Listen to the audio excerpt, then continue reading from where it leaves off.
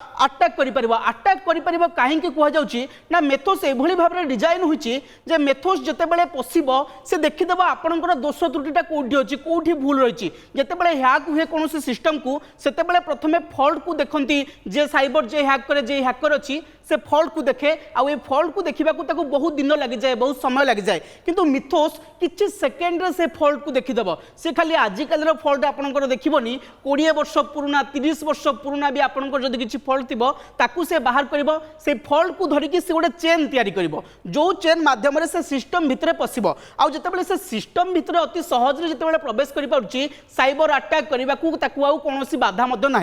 यह कहुचे मिथोस आपन को सिस्टम भितर को पशिला जदि आपन किसी फल्ट थाए ताकू केमती समाधान करा जाय परिबो तार मध्य रास्ता बतेबो मिथोस। अर्थात सी रास्ता बतई पारिबो आ विध्वंस भी करि परिबो। ये गोटे एमिति आप ये गोटे वरदान भलिया मध्य आपन को व्यवहार करि परिबे।